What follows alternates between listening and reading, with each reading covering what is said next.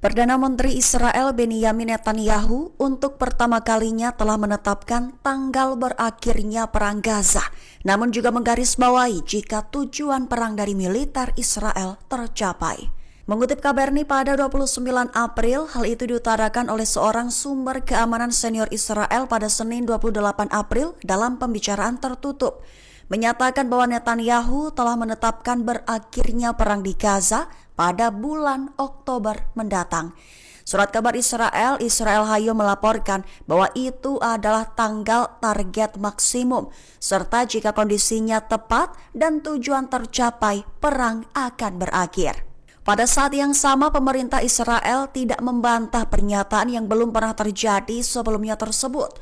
Menurut sumber Israel, alasannya adalah perang tidak akan berlangsung lebih dari 2 tahun. Sumber yang sama mengatakan bahwa pendudukan menolak usulan gencatan senjata yang mencakup Hamas untuk tetap menjadi organisasi bersenjata di jalur Gaza, merujuk pada pelucutan senjata Hamas sebagai prasyarat untuk mengakhiri perang. Angkatan bersenjata Yaman dilaporkan telah melakukan serangan gabungan pada Senin 28 April 2025, menggempur kapal Amerika Serikat USS Truman hingga situs penting di Israel. Mengutip Al-Mayadin pada 29 April, hal itu diumumkan oleh juru bicara Brigadir Jenderal Yahya Sari pada Senin waktu setempat. Lebih tepatnya, Sari menanggapi pembantaian Amerika yang sedang berlangsung di Yaman dengan mengumumkan bahwa pejuangnya telah meluncurkan operasi militer yang menargetkan USS Truman dan kapal pendukungnya. Menurut Sari, operasi itu melibatkan serangan terkoordinasi oleh Satuan Angkatan Laut,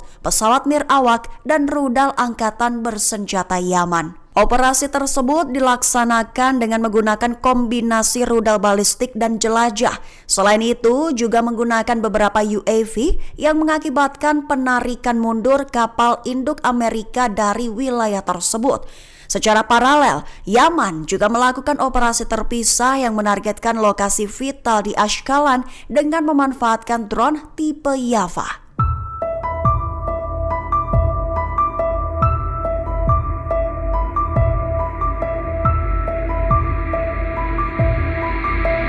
Juru bicara Kementerian Luar Negeri Iran Esmail Baghaei menegaskan garis merah negaranya bak memberikan peringatan kepada Amerika Serikat terkait dengan situs nuklir damai negara Iran. Mengutip Tasnim pada 29 April, hal itu diutarakan oleh Baghaei pada konferensi pers mingguan pada Senin 28 April 2025. Lebih tepatnya, Baghaei mengatakan Iran telah menetapkan sejumlah garis merah dalam negosiasi tidak langsung dengan Amerika Serikat. Ia mengatakan pengayaan uranium di dalam Iran dan pencabutan sanksi yang efektif merupakan garis merah, di mana yang tidak akan pernah dibiarkan Iran dilanggar dalam perundingan dengan Amerika Serikat. Baghaei juga menjelaskan bahwa setiap negosiasi akan diadakan dalam kerangka umum tertentu yang disetujui oleh kedua belah pihak, di mana yang akan memungkinkan diskusi lebih lanjut mengenai rinciannya. Baghaei menekankan bahwa tidak akan ada kesepakatan mengenai rinciannya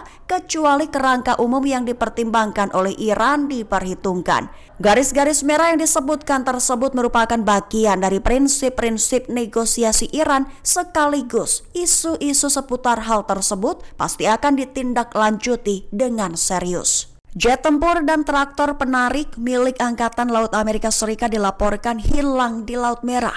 Mengutip Al Arabiya pada 29 April, hal itu diumumkan oleh Angkatan Laut Amerika Serikat DX pada 29 April 2025. Lebih tepatnya tertulis bahwa USS Harry S. Truman kehilangan sebuah FA-18E Super Hornet, sekaligus sebuah traktor penarik saat kapal induk tersebut beroperasi di Laut Merah pada 28 April kemarin. Menurut sebuah pernyataan, sebuah personil telah ditemukan dan seorang pelaut Angkatan Laut mengalami cedera ringan. Diklaim bahwa investigasi sedang dilakukan hingga saat ini. Senada seorang pejabat Amerika Serikat yang berbicara dengan syarat anonim memberikan pernyataan, mengatakan bahwa jet tempur FA-18E jatuh dari USS Truman saat kapal induk itu berbelok tajam untuk menghindari tembakan dari Houthi.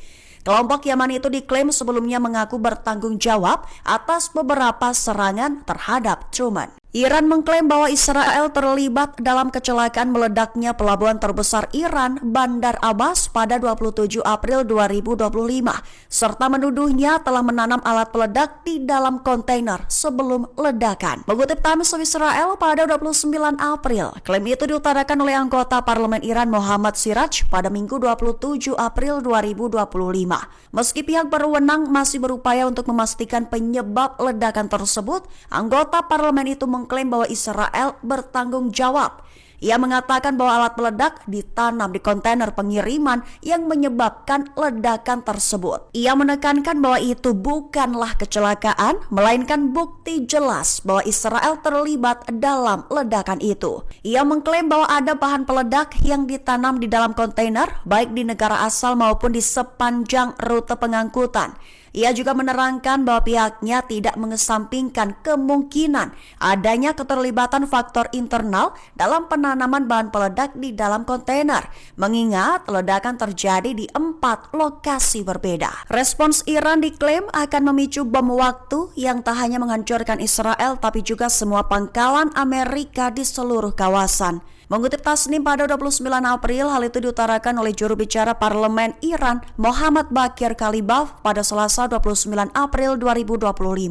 Awalnya ia mencemooh ancaman Perdana Menteri Israel Benjamin Netanyahu terhadap Iran sebagai upaya nyata untuk menggagalkan negosiasi tidak langsung antara Iran dan Amerika Serikat. Iran disebutnya tidak menanggapi retorika Netanyahu yang tidak berharga secara serius dan percaya bahwa rezim Zionis tidak dapat mengambil tindakan apapun secara independen tanpa izin dari Amerika. Selain itu, Kalibaf juga memperingatkan bahwa jika ancaman sekecil apapun terhadap Iran terjadi, maka Teheran akan memberikan respons tegas. Menekankan bahwa tindakan agresi terhadap Iran sama saja dengan menyalakan bom waktu di kawasan, di mana yang akan membuat rezim Zionis dan semua pangkalan Amerika di kawasan itu terpapar respons keras dari Iran.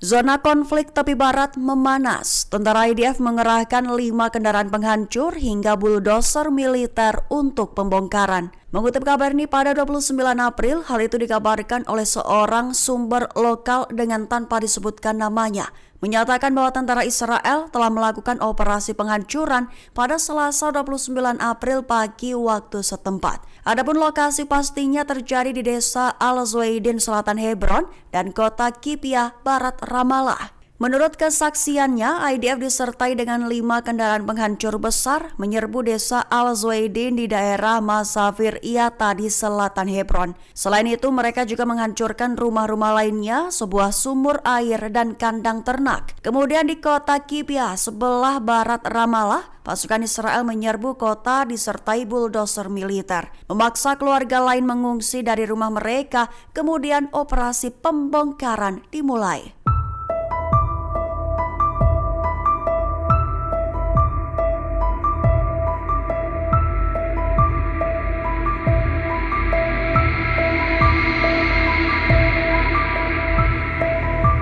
Download Tribun X sekarang, menghadirkan lokal menjadi Indonesia.